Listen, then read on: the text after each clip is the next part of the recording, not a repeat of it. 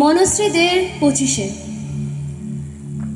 তখনও এনাকে চিনিনি, চিনেছিলাম শুধু রবি ঠাকুরকে, তাও আবার সহজ পাঠের প্রথম ভাগে। ভারী অবাক হয়েছিলাম। ঠিক তেমনই লম্বা লম্বা চুল, গাল ভরা দাড়ি, করুণা মাখা দুটো চোখ, শুধু পাগড়ির বদলে মাথায় কাঁটার মুকুট। বলেছিলাম, মা এটা কি ছোটবেলার রবি ঠাকুর? মা খুব হেসেছিলেন। আরে না না, এটা তো যিশু ঠাকুর, এসেছিলেন রবি ঠাকুরের বহু বহু আগে, মানবতার বাণী প্রচারে। মজার কথাটা কি জানিস? জন্ম দুজনেরই 25-এ, পার্থক্য শুধু দাবদাহ আর তুষারপাতে। পার্থক্যটা প্রাচ্য পাশ্চাত্য, বেথলহেম আর জোড়াসাঁকে। পার্থক্য রইল আস্তাবল আর জমিদারের আতুর ঘরে। মানবের জন্য প্রাণ দিয়েছিলেন বিশ্ব মানব, সেই মানবের স্তুতি গেয়েছিলেন আমাদের বিশ্বকবি।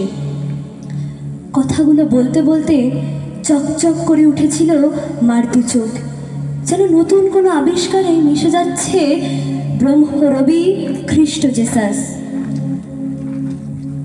কবির উদার কলম আর যিশুর হোলি ক্রস, আর গুনগুন করছে মা, একদিন যারা মেরেছিল তারে গিয়ে রাজার দোহাই দিয়ে, একদিন যারা মেরেছিল তারে গিয়ে রাজার দোহাই দিয়ে। প্রভু যিশু ফিরে এসো, আমাদের ভালোবাসো। প্রভু তোমারই হোক জয়, প্রভু তোমারই হোক জয়। ভালোবাসার বিনিময় সবার পাপ লয়ে ক্রুশিতে বিদ্ধ হয়ে প্রাণ দিলে ওগো জ্যোতির্ময়।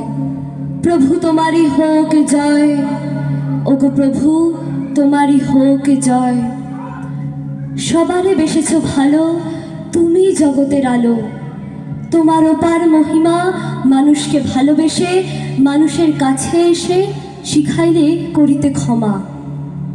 প্রভু যিশু ফিরে এসো, আমাদের ভালোবাসো। প্রভু তোমারই হোক জয়, প্রভু তোমারই হোক জয়। হিংসা দিয়ে নয়, ভালোবাসা দিয়ে তুমি করেছ জয় সবাকার হৃদয়। ওগো প্রভু তোমারই হোক জয়, ওগো প্রভু তোমারই হোক জয়। তুমি অন্তর্যামী, মোর জীবন স্বামী, পরম পিতা তুমি যে মহান। তব ভালোবাসায়, তব স্নেহ ছায়ায়, তব করুণায় পাপী পায় পরিত্রাণ।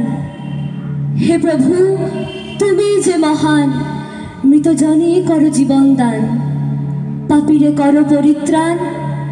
তোমারই হোক জয়, ওগো প্রভু তোমারই হোক জয়। নমস্কার।